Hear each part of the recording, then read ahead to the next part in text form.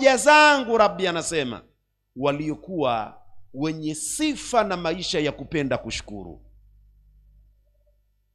Wewe una neema ya macho mawili, tambua kuna mtu anayatamani hayo macho, ima tokea alivyozaliwa kutunukiwa kuona, au alikuwa anaona leo haoni tena. Wewe neema ya macho unaitumiaje?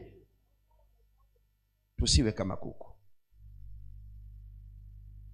Wewe leo una neema ya ulimi, wazungumza ukaeleweka. Kuna watu Mwenyezi Mungu amewaumba tokea wazaliwe hawawezi wakasema kikaeleweka.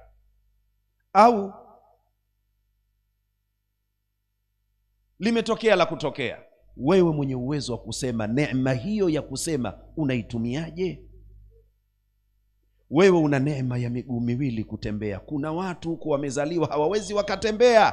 Wewe mwenye miguu miwili unaitumiaje? Kila mmoja aangalie kwenye nafasi yake. Rudi pia, wewe una neema ya madrasa, umekwenda umesoma Qur'ani. Neema ya Qur'ani uliyopewa na Allah waitumiaje? Sauti nzuri umepewa, badala sauti yako, neema ya sauti kuitumia kusoma Qur'ani, kumsifu Bwana Mtume Muhammad, sauti hiyo unakwenda kuimbia mziki.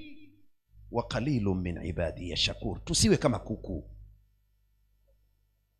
Kila mmoja aangalia na neema gani. Wewe una neema ya akili. Wewe una neema ya akili. Akili yako unaitumiaje? Kukosea sio shida. Nini kinafuata baada ya kukosea? Tusiwe kama kuku. Kila mmoja na neema aliyopewa.